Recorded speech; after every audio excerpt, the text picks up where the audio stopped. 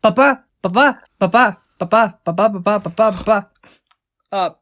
Sí, dime, ¿qué pasó, hijo? Oye, pa, ¿qué es la rendición de cuentas? Oh, es interesante que lo preguntes. ¿Sabes qué es la transparencia, hijo? Oh, claro, es cuando una persona se vuelve transparente, así como el hombre invisible, ¿no? Casi. Mira, cuando una persona es transparente, significa que no guarda secretos, como el gobierno. Tiene que ser transparente y rendir cuentas para que nosotros sepamos exactamente lo que se hace con nuestro dinero. Por ejemplo, supongamos que el presidente inaugura unas oficinas en las que supuestamente gastan 100 millones de pesos, pero en verdad esas oficinas solamente costaron 50 millones. ¿Qué crees que se hace con ese dinero?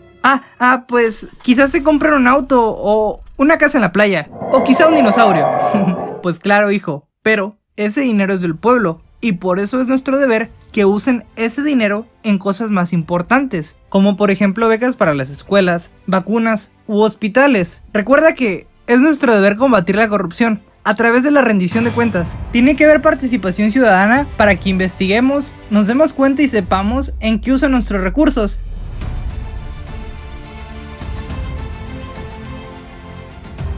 Ahora yo lo sé y tú también lo sabes.